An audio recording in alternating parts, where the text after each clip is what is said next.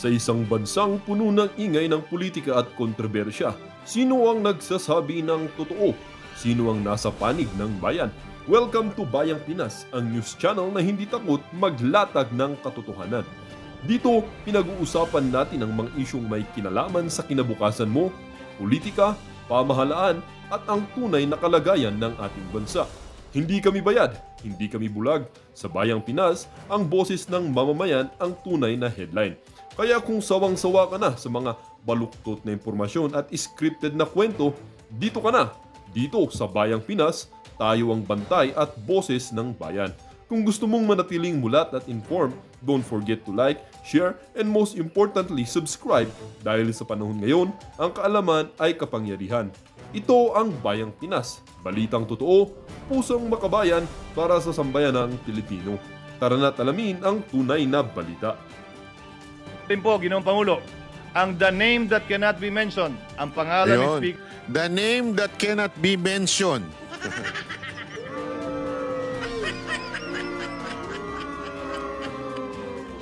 Ha? The name that cannot be mentioned. Alam niyo na kung sino. Gago! Huwag niyong babanggitin, ha? Yari kayo.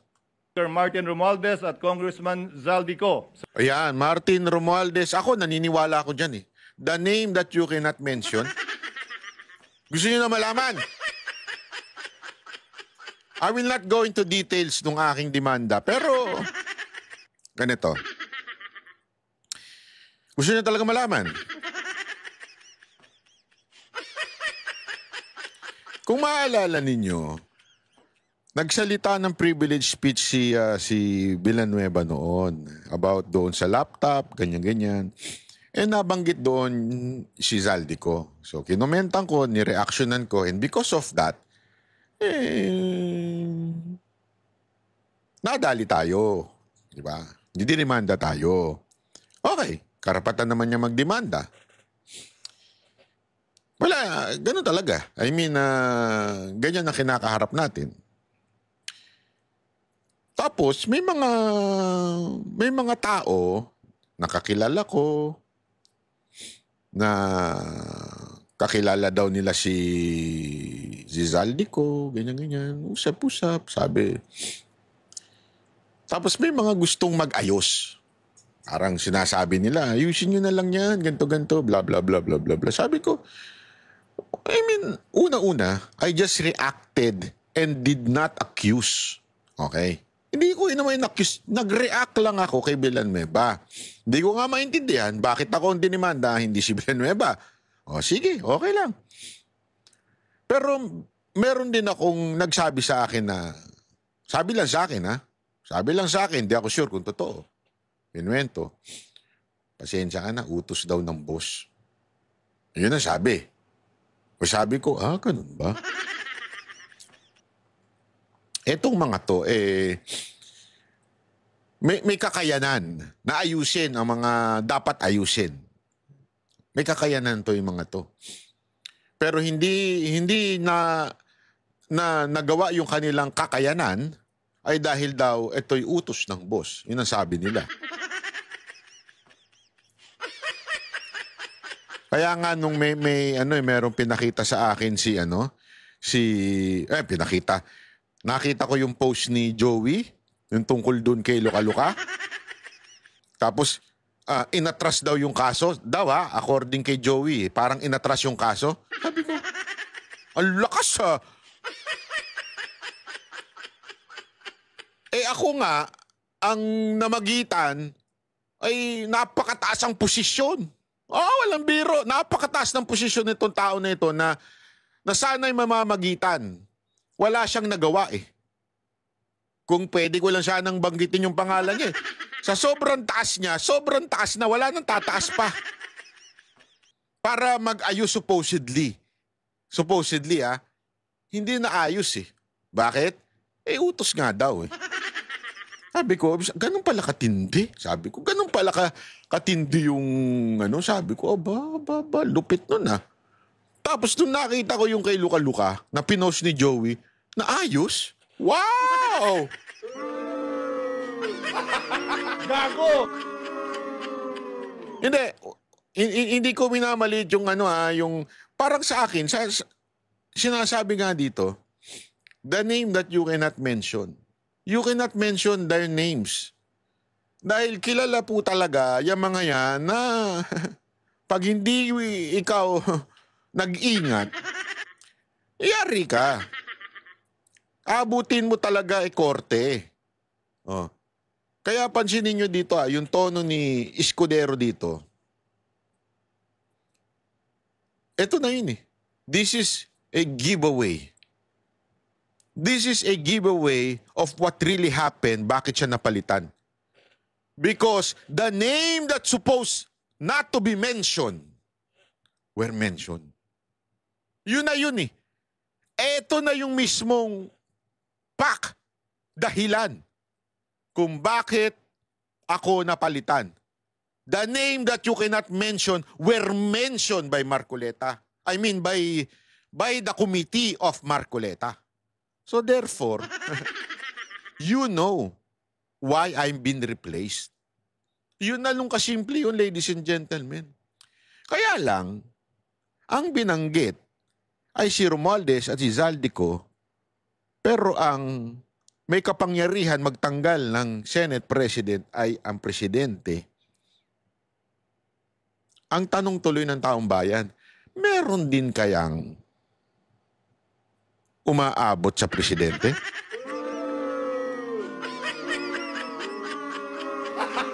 Gago! Hindi, kasi isipin mo ang binanggit doon sa committee ni Marcoleta o sa Blue Ribbon, si Speaker Romualdez at saka si Zaldico. Bakit ang nag-react Malacanang?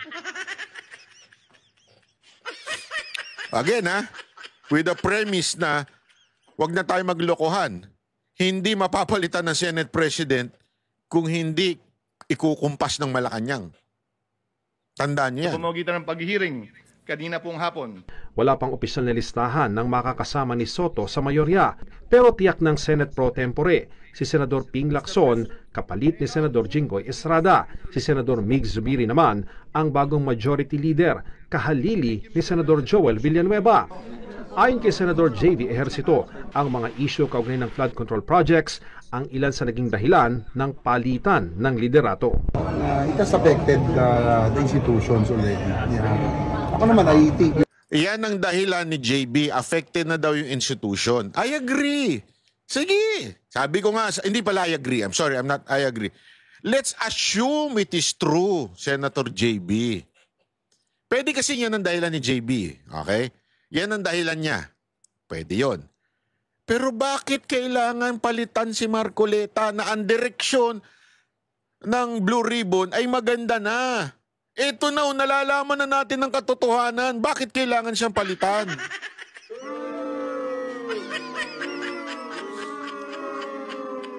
By the way, maraming salamat kay Sir Jack. Kilala niyo si Sir Jack? Yung versus everybody? Bad ding, ha? Kasi may mga may mga hindi naman bad. Yung sabi nga nila sa likod ko dito gooding. Pero may mga badding. Maraming salamat, Sir Jack, sa t-shirt na ito. Ang ganda-ganda ng t-shirt. No, talaga nga naman. Commercial pa yun. Mga issues kay Sen Cheese, kay Sen Joel, it's part of the demolition job. But it's already affecting the Senate and we have to save that institution. Vicky, sa ambush interview matapos ngayong sesyon dito sa Senado ay sinabi nga ni Senate President Tito Soto na magkokoko sila para pag-usapan yung mga susunod na hakbang ng Senado at kung sino ba yung mga mamumuno sa mga komite dito sa Senado. Pagdating naman doon sa mga miyembro ng Duterte Bloc kung sasama sa mayorya, wala naman daw itong problema kay SP Soto. Hindi pa masabi sa ngayon ni Soto kung sino yung magiging minority leader dahil una na nagpasabi sa kanya si dating Senate President Chis Escudero na hindi nito nais na maging minority leader ng Senado at doon naman sa na-archive. Dapat talaga yung Duterte Bloc ang maging minority. Sa akin panindigan nyo na mga sir, mga ma'am. Eto, may papakita lang ako sa inyo ha. tingnan ninyo ang tono ng Malacanang. Okay? Para malaman ninyo, sandali, bakit ganito ang tono ninyo? Kayo nga yung mahilig mag-akusa ng walang ebidensya. Again, etong ginawa nila Diskaya ay personal na naranasan. At may tawag dito, witness ka mismo doon sa quote-unquote crime. That mere witnessing is an evidence. Anong sinasabi niyong walang ebidensya? Ayaw lang naman ng Pangulo kung mag-name drop ng walang ebidensya, pero kung malaki po talaga at mapapatunayan ng mga tetestigo kaugnay dito sa mga di umanong kaugnayan ng ibang mga politiko, yan naman po ay tatanggapin ng Pangulo para isama sa ebidensya kung ano man at sino man ang dapat masampahan ng kaso. Ayan, para sa kaalaman mo ha, Attorney Claire, Yusek Claire Castro, if you are really a lawyer, you should know that evidence in Philippine court consists of 1. Object evidence, tangible things presented in court that can be inspected by the judge. Tangible. Okay? Hindi tangable. Tangible. Documentary evidence. Yung mga resibo, writings, recordings, contract, yan mga yan.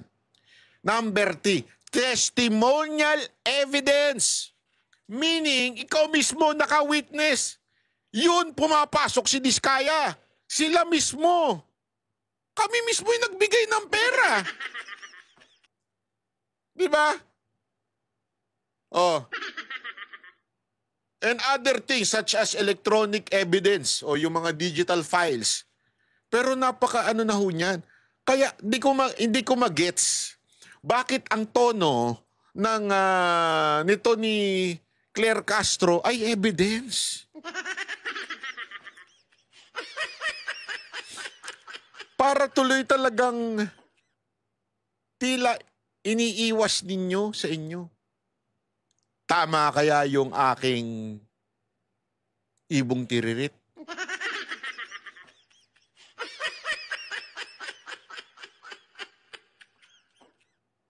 Na sinabi na talagang kaya pala sinipa si Escudero ay para patigilin at baguhin ang direksyon ng Blue Ribbon Committee? Gago! Hindi, titignan natin. Kaya nga, alam mo, hindi ako magsasalita ng tapos. Pero, mga kababayan, bantayan natin ito. Delicate so ito. Bantayan talaga natin kasi, naku po, pambihirang buhay oo. Obvious na obvious eh. Di ba?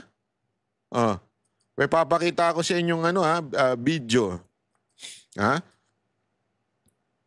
Ito, tignan ninyo ha. Tignan ninyo ito. Paano, grabe yung ginawa nila dito. Sabi ko, ganito pala itong mga manggagamit na to. Nakakasama ng loob. Mabuti pa, tag ito, mas mabuti pa na, pangalanan ko na lang sila. Dahil una, ginamit nila kami, pero sa panahon nung kami naman ang nangailangan, talaga namang pinabayaan po talaga nila kami o hindi sila. Yan. Alam mo, ito yung sinasabi natin kasi tinatanong ng iba, bakit nagsalita na itong mga Diskaya na ito? Kasi sabi nila na freeze na daw yung mga accounts and everything. Tapos parang pinabayaan, iniwan sila sa ere. Di ba yung kinikwento ko sa inyo isang araw? Masabi ko nga sa inyo, parang ang dating, nagkabukingan na, ito na yung Ghost Project, di ba? Yung flood control project, nagkabukingan na, kailangan na tayong magturok sino. Kung ikaw yung mastermind, sino ilalaglag mo? Yung nasa baba. Tama, mali. Ilalaglag mo na yung nasa baba. Kaya nga, di ba, ganyan din yung nangyari sa EJK noon. Bakit ang daming patayan? Bakit may mga nangaabusong pulis? Kasi yung mga pulis na sangkot doon sa droga, pinapatay nila yung mga dealer nila, pusher nila, yung asset nila, pinapatay nila para hindi na makapagsalita. Kaya tuloy nagkakaroon ng maraming patayan. Di ba? Sa droga, ganun. Eto, parang ganun na nangyayari. Nilaglag na sila. Kinakawawa na sila. So, it's about time. Sandali, bakit kami lang? Hindi, I mean, so, hanapin mo, kasi in everything, in every crime, in every circumstances, hahanapin mo yung motibo. Bakit kaya siya nagsasalita ng ganito? Diba? Ano ang ibig niya sabihin? Ito kasi ang dahilan na yun eh. Nalalaglag na sila, abay, mandamay na kami. Kung sino talaga yung may kasalanan, bakit kami lang? Again hindi ko sinasabing huwag parusahan ng Diskaya, hindi ko sinasabing wala silang kasalanan, hindi yun. Ang sinasabi lang natin, meron pang mas mahigit na may kasalanan sa kanila. Pero kung dapat parusahan itong mga ito, di parusahan. Ang malalapitan. Mr. Diskaya, o kung sino sa inyong mag-asawa pwede sumagot. Itong bang mga binanggit nyo mga taga-DPWH na tumanggap ng 25%, marami ba kayo dito mga hiningan ng tulong? No. Hindi nyo ba napansin? Kasi narinig ko ito. Kanino ko ba ito narinig? Kay Magalong ko narinig to. Na nag-hire na daw na maraming mga PR. Etong mga to, hindi niya tinukoy kung sino, hindi pa rin niya pinapangalanan, para maiwas yung kanilang pangalan, something like that, di ba? Alam mo, hindi nyo ba napansin lahat ng media, mula sa kotse, sa sa customs, sa BIR, lahat ang focus sa Diskaya, lahat ang focus sa contractor. Di ba? Hindi nyo napansin yun? Parang bagang merong kumukumpas na PR. Idiin nyo ng mga kontraktor. I-post nyo i-post ang Nepo babies. Mga kontraktor na Pero hindi nila ipinapakita. Sandali, paano ba nakakuha ng pera yung mga yan? Sinong congressman na naglagay doon ng pera doon sa distrito na yun? Wala nagpapakita niyan. Until na nagsalita na ngayon ng mga Diskaya. Kaya tuloy, tanggal si Escudero at saka etong si Marcoleta. Naku po. Ano kaya masasabi ni Marcoleta dito? Mga tinext nyo na humingi kayo ng tulong? Actually po, yung tulong po na tinext ko sa kanila at chinat, yun po yung halaga ng dapat isauli nila sa amin. Opo. Na balanse pa po. Iba kasi yung pagkakaintindi ko sa mga text mo rin sa mga ibang pinag-text nyo ng messages, wala ka na raw pera sa bangko, na-freeze na raw yung pera nyo sa bangko, kaya nangihiram kayo ng 30 to 40 million pambayad sa abogado. Am I correct? Yes po. Bakit iba yung sinasabi yes po, opo. For example po, yung katulad po kay Kong Arjo Atayde po, bali 60 million po ang sinabi ko sa chat ko. Kasi 60 million po yung pinababalik ko sa kanya.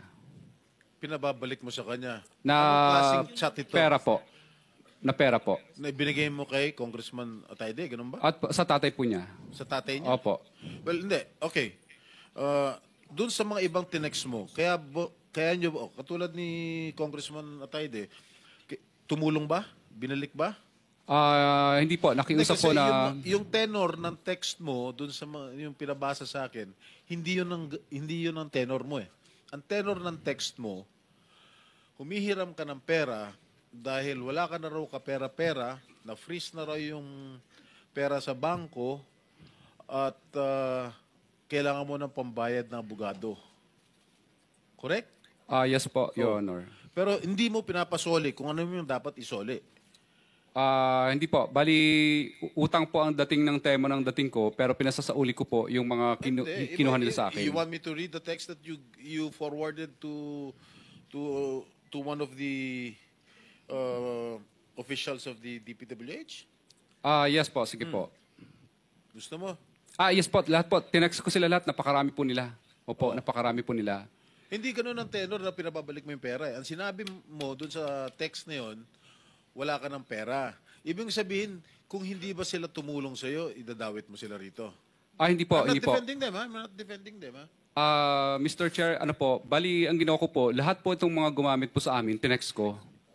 Tapos, gusto ko lang pong malaman sa kanila na kahit isa po sa kanila ay walang tumutulong sa amin ngayon at kami po ay kinukutya ng buong publiko.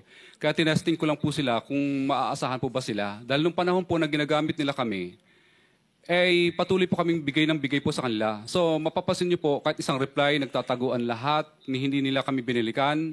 Hindi naman po namin talaga kailangang mangutang sa kanila. May pera pa naman po kami. Pero tinesting ko po sila, sabi ko ganito pala itong mga manggagamit na to. Nakakasama ng loob. Mabuti pa, tag ito, mas mabuti pa na, pangalanan ko na lang sila. Dahil una, ginamit nila kami pero sa panahon ng kami naman ang nangailangan, talaga namang pinabayaan po talaga nila kami o hindi sila malalapitan. At katunayan, iba po doon sa mga tinat ko, may mga, undelivered, obligations. So, gets nyo na. Oh. Para at least alam nyo na kung bakit sila nagsalita. Kasi tama nga naman, tangina. Kawawa na kami sa publiko. Tapos hindi namin sasabihin yung totoong mga nanghingi sa amin. Hindi. Oo, kumita sila. Kumita sila. Inamin naman nila na kumita sila. Although, sabi nga ni Vico Soto, mababa daw yung pag-amin nila. Alam mo naman si Vico Soto, mainit ang ulo dito sa mga diskaya na to. Oo, alam nyo, ako, sabi ko naman sa inyo, gusto ko yung style na pagiging honest ni Vico Soto. And I think he will do a good job in the future. Not this 2028, pambira ka, Soto. Wag kang maniwala sa paligid mo na pinupus ka maging presidente. Pambira ka. Tumakbo ka muna ng mahabang panahon dyan. Hindi, ito totoo lang. Tapos, ang akin lang, hindi naman nila sinasabing wala silang kinuha. Wala silang parte.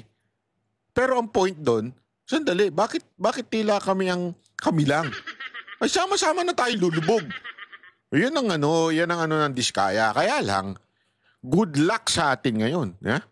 Good luck sa atin ngayon kung lalabas pa yung mga dapat lumabas. Di ba? Yun ang dyan eh. Yun ang problema ngayon. Kung makakalabas pa ngayon yan. Panoorin natin to. Ito yung buong report.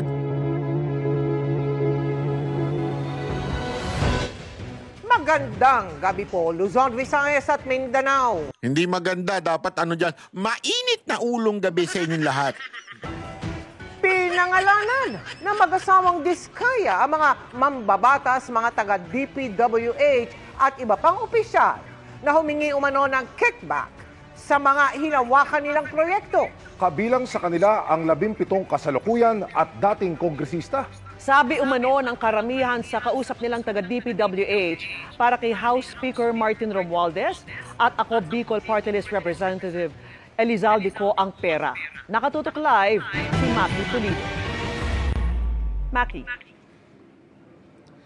Sa gitna nga ng pagkakaipit, sa gitna ng mga issue ng mga questionable flood control projects, ay nagturo na ang mag-asawang Pacifico at Cesara Diskaya sa ikatlong pagdinig ng Senate Blue Ribbon Committee.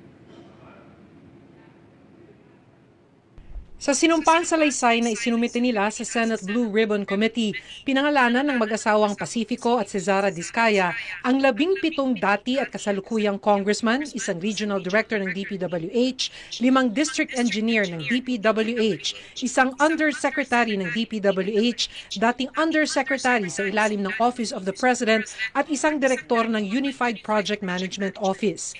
Ilan-anila sa mga ito ay personal umano nilang inabutan ng pera para hindi maipit ang kanilang mga kontrata sa gobyerno. Ayon sa mga diskaya, 10 to 25% ng halaga ng kontrata ang hinihingi ng cash at walang resibong pinipirmahan. Matapos naming manalo sa mga bidding, may mga opisyal mula sa DPWS ang lumalapit sa amin para humingi at kumuha ng bahagi niya sa halaga ng proyekto. Ito ay binibigay namin sa kanila ng cash. Ang bawat transaksyon ay may karampatang voucher at ledger na nagsasaad ng mga araw at kung kailan nila ito natanggap. Meron din nilang kickback na inaabot nila sa Chief of Staff o staff ng politiko. Meron ding binabanggit lang nila ng mga nanghihinging taga-DPWH. Lumapit sa akin ang DPWH Project Engineer na si Angelita Garucha para kolektahin ang parte ni Kong Roman Romulo sa flood control projects noong 2022. Pagdating ng 2025, si District Engineer Aristotle Ramos ang sumunod na nagpakilala na bagman ni Kong Roman Romulo kung saan 30% ang kanyang hiningi ay para kay Kong Roman Romulo. Sinabi niya na walang magagawa dito dahil pondo ito galing sa unprogrammed funds at insertion galing sa taas. Karamihan umano ng kausap nilang taga-DPWH ay sinasabing ang pera ay para kay House Speaker Martin Romualdez at ako Bicol Party List Representative Elizalde Co, ang dating chair ng House Committee on Appropriations. Maging si dating Congressman Rillo, ilang beses umanong binanggit kay Diskaya na malapit niyang kaibigan si Speaker Romualdez at inaprubahan umano ng Speaker ang mga fund request niya. Sa tuwing umiinom kami sa Wine Story, sa BGC, at sa Shangri-La Mall, madalas pa naman ako dyan. May pera pala dyan. Hindi, biro lang. Hindi pa ako nagpupunta dyan. nasabi pa ni Kong Rillo na lahat ng kanyang request para sa pondo ay galing pa mismo sa unprogrammed funds at insertion na inaaprubahan ni Speaker. Ang tao ni Marvin Rillo na si Bogs Magalong ang pumupunta sa amin para kunin ang pera sa aming opisina. Binanggit din si Romualdez at co ni Uswag Party List Representative Jojo Ang. Si Kong Jojo Ang naman lagi ring binabanggit sa lahat ng project sa kanya ay papondo ni Speaker at ni Saldico. Mataas ang hinihingi sa project, dagdag pa niya, hindi naman lahat ng pera ay para sa kanya, kundi para kay Speaker at kay Saldico. Sa computation ni Senate Blue Ribbon Committee Chair Senator Rodante Marcoleta, lumalabas na 25% ng halaga ng proyekto ang para kay House Speaker Romualdez at Congressman Elizalde Co. 5% na parking fee naman ang para sa congressman na nabigyan ng proyekto ang distrito, 6% para sa Bids and Awards Committee, 7% para sa DPWH at tax na 7%. Ang matitira na lang daw para sa proyekto ay nasa 35 to 38%. Kaya kung 100 million pesos ang proyekto halimbawa, nasa 35 to 38 million pesos na lang daw ang panggastos para sa proyekto. Pero giit ni Diskaya kahit kaunti na lang ang natitira para sa proyekto, nagawa pa rin daw nila ito ng maayos. Napilitan umano silang magbigay ng kickback dahil sa sobrang panggigipit ng mga nabanggit na politiko. 12 meters ang kailangan na ibaon mo sa lupa. Ang problema, yung 12 meters, kinatay, ginawang 3 meters. Baka naman ganun ang project mo. Hindi ko po kayang sagutin, Mr. Chair, yung gawa po ng iba. Hindi, ikaw ang tinatanong ko. Ina-example ko lang yung Mindoro. Baka ganun ang gagawin mo, may mali talaga. Hindi po, Mr. Chair. Kami na lang po ang nag-a-absorb ng maliit na kita. Ibig po sabihin, Mr. Chair, kesa wala kaming project, walang trabaho yung mga tauhan at empleyado namin, minabuti lang po namin na kumita na lang ng kahit na barya-barya lang. Kasabwat na ho ninyo yung district engineer at saka regional director. Paano po? Pati yung COA, kasabwat din ho ninyo. Magbubulag-bulagan na lang yung tatlong yun. I don't think 2% lang po ang kinikita nyo dito, 3%. Magpapakandahirap kayo, 2 to 3%. Kakayanin ba ng 2 to 3% yung mga sasakyan na binili nyo na pagkadami-dami po? I mean, that's way, unbelievable po. Your Honor, kaya po. Dahil 20... Alam mo, kanina yung mga way ng pagtatanong ni Erwin.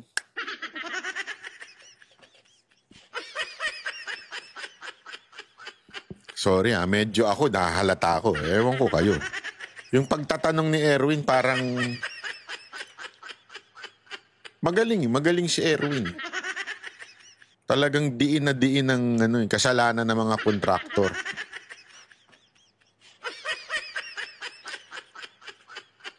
Hindi, sa bagay, sabi nga nila, di ba, para makaiwas doon sa totoong issue, doon ka sa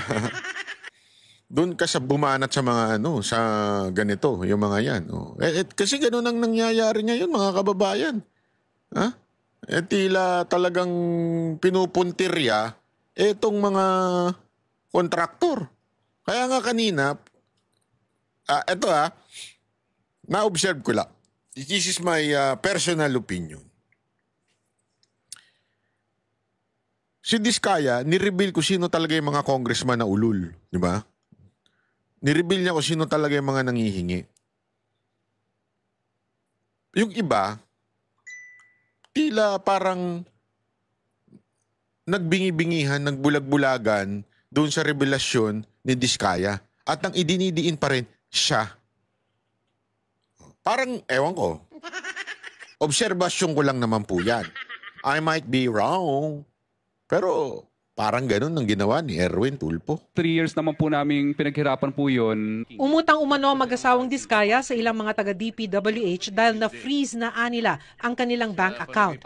Noong isang araw lang, nagsauli umano ng pera ang isang June, driver ni Eduardo Virgilio, DPWH Regional Director ng Region 5. Itinanggihan ni Virgilio, sabay giit na James ang pangalan ng driver niya. Ipapatawag sa Senate hearing ang driver ng DPWH Regional Director. Na-freeze ng bangko ang mga account namin kahit wala pang court order ng AMLAC. Mukhang naramdaman niya na magsasalita na ako kaya sinauli po niya yung 25% plus parking fee. Kulang pa nga. Maliban kay Virgilio, nasa pagdinig din si dating DPWH District Engineer Henry Alcantara. Pareho nilang itinanggi ang akusasyon ni Diskaya. I never went to that office and I categorically say that those allegation mentioned by Mr. Diskaya, I did not receive those. I awarded to him last year one project, and that's a road project. I respectfully deny po na may tinanggap po ako galing sa kanya. Ang tanong, pwede bang maging state witness ang mag-asawang Diskaya? Pwede, sabi ni Justice Secretary Crispin Remulla, pero may mga kondisyon bukod sa dapat mapatunayan na hindi sila ang most guilty.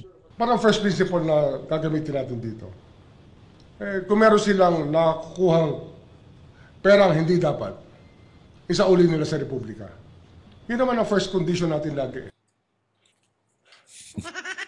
Pahihirapan talaga para maging state witness, ano? Soli mo. Paano mo susoli? Nagastos na nga. Hindi, I mean, I understand dapat isoli. Siguro, kunin na lahat niyong mga gamit na natitira pa. Pero kung expect masoli lahat, napaka-imposible na nun. Hindi kumakain? Hindi nagbabakasyon? Hindi nagpapagas? Siguro sabihin mo, yung mga natitirang yaman nila, ibigay na nila, isoli nila.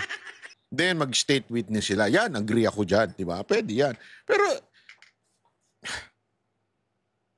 hindi parang sabihin mo na lang na ayaw nyo. Di ba? Kasi parang bagang pinahihirapan nyo pa. Sila na nga yung binuking na nga yung mga dapat bookingin. Tapos parang pahihirapan pa talaga sila mag-state witness. Hindi, alam nyo, mahirap tong ginagawa nila. Bakit? Kaliwat kanan ng libel na kakaharapin ng Diskaya. Kasi kailangan mong patunayan lahat ng sinabi mo. At pag hindi mo napatunayan yan, libelous yan. Di ba? Ang tindi na nun, mga kababayan. Pambihirang buhay, oo. I mean, that is already hard. Plus, the safety, mahirap na lalo yun. Diba? Sabi nga ni Chis Escudero, you mention the name that should not be mentioned. Napakahirap na hunong ganong klaseng bagay. Talagang dali ka na doon, ladies and gentlemen. Tapos, pahihirapan niyo pa maging state witness. Diba? Parang... O di wag na lang. Parang ganun. Alam nyo, ganito na lang. Okay? Ganito na. Tama na. Tama na. Ako na nagsasabi. Tama na. Wag na nating solusyonan tong putang inang korupsyon sa Pilipinas. Wag na. Ayaw nyo naman eh. Wag na lang. Ayaw nyo naman.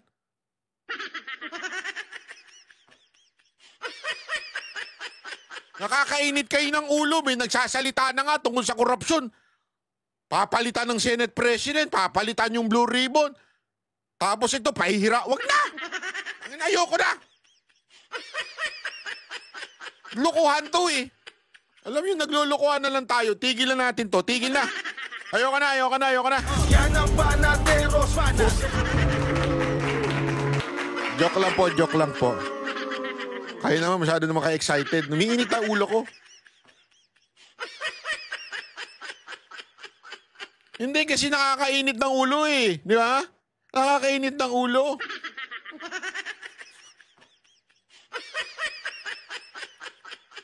Ito pa, panoorin natin to ha. Halos 14 na bilyong piso ang budget na isiningit umano para sa mga proyekto ni Ako Bicol Party List Representative Elizalde Co sa Bicameral Committee. Ayon yan sa pagsasaliksik ni Navotas Representative Toby Tiangco na mariing pinabulaanan ni Ko. Siyempre! Sa BICAM din naman. Abay, papabuluan, maaminin yan. Totoo nga. Pwede bang ganon? Siyempre, hindi aaminin yan. Biro lang. Pero lumobo ang budget para sa mga proyekto sa Mindoro provinces mula sa tig 2.2 bilyong piso sa 20 bilyong piso. Nakatutok si Maki Pulido. Yun ang sinasabi mo. Sa Senate Blue Ribbon Committee na naihayag ni Navotas Representative Toby Tiangco ang anyay hinarang noon sa Kamara. Sa research na ibinahagi ni Tiangco, higit 13.8 billion pesos ang halaga ng mga proyektong ang proponent ay si Ako Bicol Party List Representative Elizalde Co nung siya ang chairperson ng House Committee on Appropriations. Ayon kay Tiangco, insertions ito o isiningit sa Bicameral Committee o pinag-isang komite ng Kamara at Senado bago maisabatas ang national budget. Nagkalkalaan niya siya ng record ng DPWH matapos mapansin ng Malacanang na may mga flagship program o mga malalaking proyekto ang gobyerno na natapyasan ng pondo. May naririnig po tayo, ito po yung common lingo ito, yung sinasabing parking fee. Hindi ho kaya nagkaroon ng yung pondo na yon ay pinarada lang dito ng isang congressman na hindi naman taga roon. Ito ang tawag ay parking. Have you heard that, Mr. Chair? Yes, sir. Yes, Your Honor. Nadinig ko na po yun. Pero dalawang term po yan, di ba? Kung matatandaan nyo sa Kongreso, isa yung parking, isa yung sagasa. Ay yung parking po, Your Honor, is nakiusap ka dun sa district congressman. Yes. Pumayag yung district congressman. Yung sagasa po, Your Honor, is wala kang magagawa sa ayaw mo at sa gusto. Mahigit 2 billion pesos din anya ang nakuhang budget ng party list ni Ko na Ako Bicol Party List. Mahigit 2 billion pesos din ang nakuha ng BHW party list. Una niyang napansin ang paglobo umano ng budget para sa Occidental at Oriental Mindoro. Sa National Expenditure Program o panukalang budget noong 2025, mahigit tig 2.5 billion pesos ang proposed budget ng dalawang probinsya. Pero pagkatapos ng BICAM, hanggang maisabatas na ang General Appropriations Act, lumobo na ito sa 20 billion pesos. Hindi po nila kaya gawin yun. Hindi kayang gawin ng regular congressman na magdagdag. Hindi naman po sila miyembro ng Committee on Appropriations. Hindi nila kakayanin magdagdag ng ganun kalaki. Insertions pa lang umano ito sa Bicameral Committee. May mga isiningit na anyang budget sa tinatawag na Small Committee na binubuo noon ni Ko, dating Marikina Representative Stella Kimbo, dating Zamboanga City Representative Manuel Dalipe at 4-piece Party List Representative Marcelino Libanan. Wala lang detalye kung ano ang mga isiningit at pinalitan sa Small Committee dahil walang record kahit sa archive ng Kongreso. Sa lahat ng batas na ginagawa, no touch tapos ng second reading. Yung BICAM, kasi po, binigyan ng authority yung small committee, yun. Kaya, pwede nilang galawin. Parang binigyan mo ng blankong cheque, yung 4 na tao. Sa isang pahayag, mariing pinabulaanan ni Ako Bicol Party List Representative Zalde Co ang anyay walang basihan at irresponsableng akusasyon. Pawang sabi-sabi lang daw ang mga paratang na ito na umano'y pamumulitika para lokohin ang publiko at ilihis ang pananagutan. Aprobado naman daw ng Kamara at Senado ang 2025 national budget, bagamat na veto ng Pangulo ang ilan nitong probisyon. Pero hindi raw siya makakapagkomento tungkol sa 2025 national budget dahil kasalukuyan itong kinekwestiyon sa Korte Suprema at Ombudsman. Handa raw siya magbigay ng pahayag sa Korte kung kakailanganin ito. Sinusubukan pa naming hinga ng pahayag ang iba pang mga binanggit na kongresista ni Tiangco.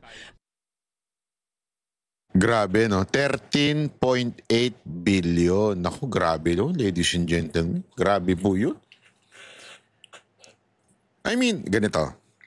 Isipin nyo na lang na mabuti. Sabihin na natin, halimbawa lang, sinungaling si Diskaya. Halimbawa lang, sinungaling tong dalawang mag-asawa na to. Pero sandali. Ayon kay Tiangco, etong si Zalde Co, siya daw yung naglalagay, nagpa-parking. Diba? Yun yung words. Meron pang ang pangalawa, sagasa Di ba? Sabihin, pag sinagasaan ka, hindi mo gusto. Eto, parking. Para bang pumapayag ka na maglagay muna ng budget dito.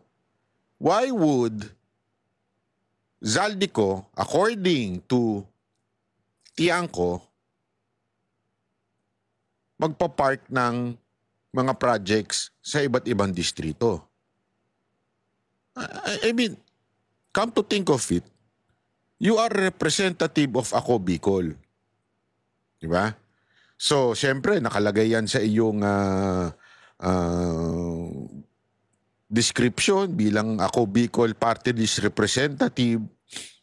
Ang concern mo, Bicol. Kaya nga ako Bicol, alam naman sa Ilocos. Siyempre, ako Bicol. Bicol ang ano mo. Pero bakit ka maglalagay o magpapark? Di umano, yan yung akusasyon ni Tiangco. Maglalagay ka sa ganitong distrito, sa ganitong distrito, ganitong distrito, na umaabot ng 13 billion. Why would you do that? Di ba? Why would you do that? A simple question. Kung you have no reason. So, what am I saying? Is there a possibility na totoo yung sinasabi ni Diskaya? Na kaya may perang inilalagay o merong project na inilalagay sa particular na distrito? Kasi itong mga distrito na ito ay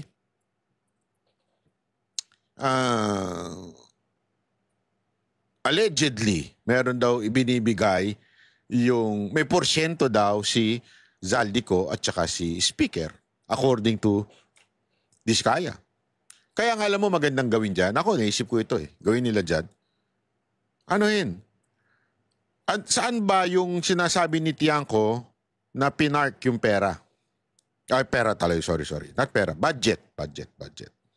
Sa project. O, ito. Aling mga lugar yun? Tingnan nga natin kung tutugma yon doon sa mga congressman na sinasabi o tingnan natin kung may proyekto doon si Diskaya. Tama, mali. Yeah? Titignan mo ngayon. Halimbawa lang, District 2, halimbawa. Tingnan mo ngayon, doon sa District 2 na yon, kung merong bang budget, merong bang partisipasyon ang mga Diskaya. Pangalawang tingnan mo, kung yung nabanggit ba na congressman ni Diskaya ay nandun sa District 2 na yon na pinaglagyan di umano ni Zaldico. Doon malalaman natin, may tutugma natin, uy, tama nga, pareho yung sinasabi ni Tiangco at ni Diskaya. Yeah? Dapat yun ang investigasyon na gawin sa Blue Ribbon. Kaya lang, wala na, finish na. Kaya nga sabi ko sa inyo, pustahan tayo Pagmasdan ninyo, ewan ko na lang kung hindi pa kayo nagagalit, pero ako galit na ako. Pagmasdan ninyo kung ano mangyayari sa Blue Ribbon. Sigurado, may iba na tono ng Blue Ribbon. Ang pupuntiryahin na dyan, DPWH at saka yung contractor. Mark my word. Yan ang pupuntiryahin ngayon. Iba na. Yan ang isipin nyo ng mabuti kung bakit nagkakaganito tayo. Kung eto na nga, wala. Biglang kabigbawi tayo. Sandali, banat bay. Bakit? O mga Duterte. Di ba? Sabi nga 2016 nagsimula ang trabaho ng Diskaya. Yan ang lagi nilang ina-argue. Tinan mo na. Kasi ako, feeling ko sa tono ng sinasabi ni Soto, merong binabanggit si Soto na panahon ni Duterte ito nagsimula ganyan. So pupunta na tayo dito kay Duterte. Aside from kakabig ito, mag-U-turn pa ito. Mabira. Gago! Pagmasdan ninyo, kakabig itong Blue Ribbon, tapos biglang U-turn yan. Ano U-turn? Si Duterte may kasalanan. Titirahin na nila ng Diskaya, pababagsakin nila ng tapos ituturo nila. Kailan ba kayo nagsimula? 2016. Di ba? Pero wag niyong kakalimutan. Eto. Ang mga Diskaya, itong construction ni Diskaya ay binlacklist nung panahon ni Duterte. 2020, binlacklist ito. Nakabalik na lang po ito nung panahon na ni Marcos. Okay? So ganito yan, para malinaw. Before, I think it was March, kung hindi ako nagkakamali, hindi ko lang nakuha yung eksakto. March,